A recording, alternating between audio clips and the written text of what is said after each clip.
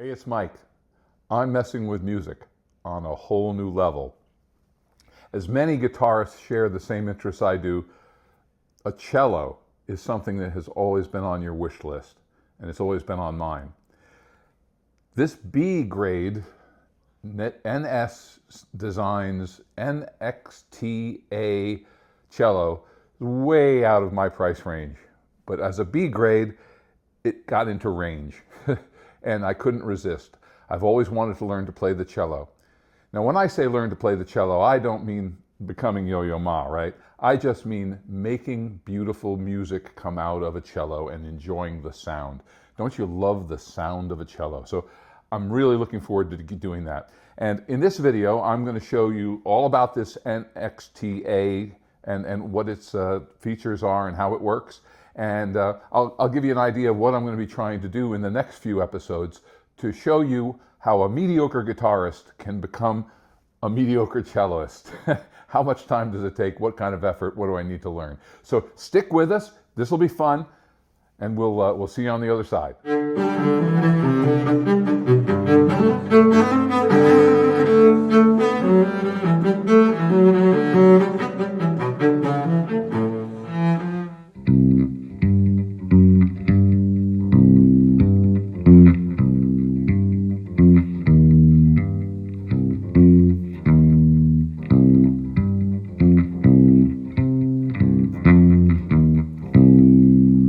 All right, I'm plucking a cello, and I'm plucking an NS Design NXTa.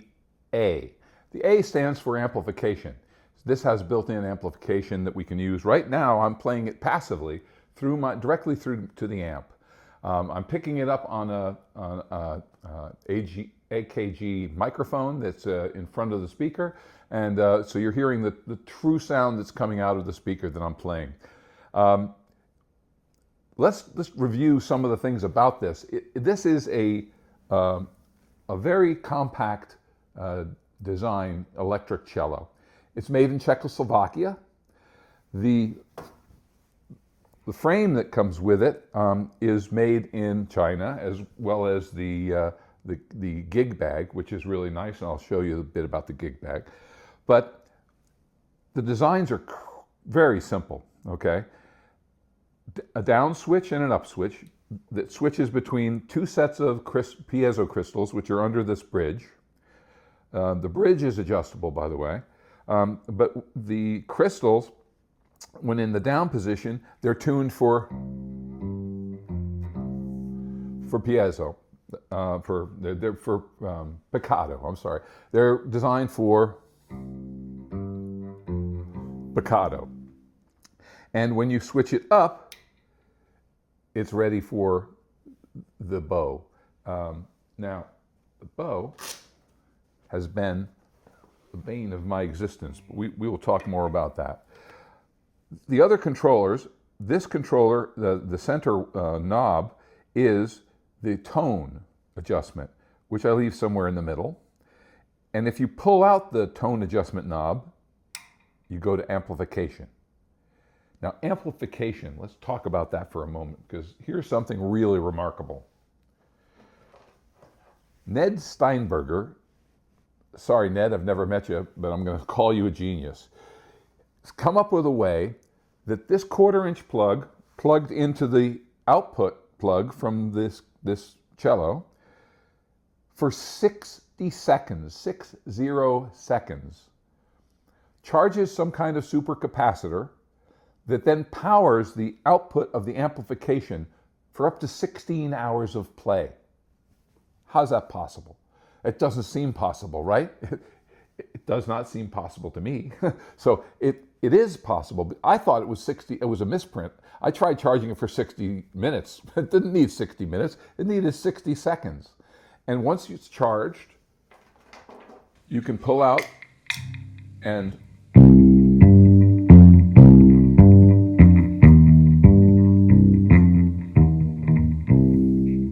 out and you can get higher amplification.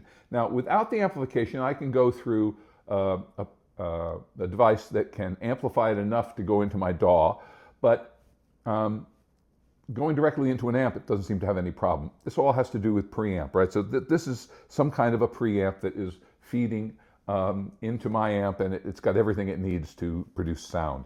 And that's coming directly out of the amp right into the microphone. So you're hearing what I'm hearing as far as what the sound is like. Now let's talk about the last knob is the volume. Okay, so that's simple enough. It's just turn it up, turn it down, it's turned all the way up.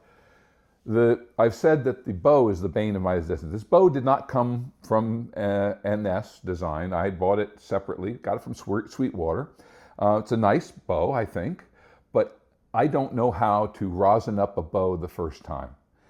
Maybe I've over-rosined it now, but I tested it as I was putting rosin on it, and I never quite got the results I need. So I'm going to go to a shop that specializes in string instruments. I'm going to take this bow with me. I'm probably not leaving with this bow. I'm probably leaving with a more expensive bow that they're going to sell me. But they're going to show me how to rosin it up, because what I'm getting right now is pretty good results. I'm going to flip up the switch on the higher strings.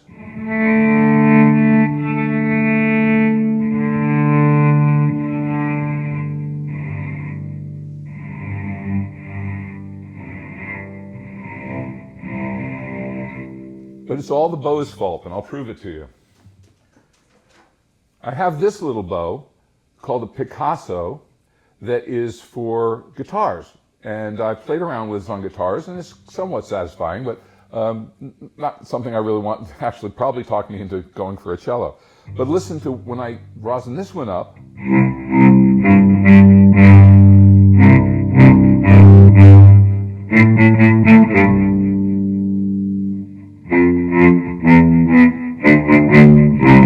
Okay, I'm an accomplished cellist. I've played a song. Okay, but so I know that it's not a problem with the cello. It's a problem with the bow, and that will be in chapter 2 of this series, right? And we'll see how I do on that. But this was just to give you an introduction to the NXT5A. The gig bag it comes with has a place for the bow, which we'll put back right in the bow slot. Ample room for the body of the device. I'll turn this all the way down. People keep telling me never to do that. I really shouldn't do that. Okay, but let's see how it breaks down. Breaks down.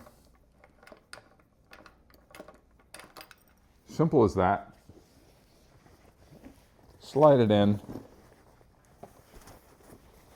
Zip it up.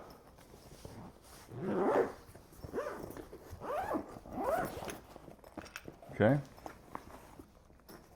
Then you fold up this part and it goes in. I won't bother showing you how to do that.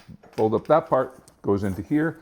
So you've got all the key components. You've got an extra pocket down on the bottom, extra pocket on the bottom for the other paraphernalia you want to bring with you, like the rosin, which I keep applying as much as I can. Probably have over rosined the bow now, but also I can stick in my Fishman stage amp, which will amplify it so that it goes into a DAW or into a connection that needs a pre-amplified signal. And so we can use that when we need to as well. And it all fits in one bag. Throw it over your shoulder and you're on your way. So I'm looking forward to this journey. I hope you'll travel it with me, and we'll be back with some more. So until then, keep messing with music.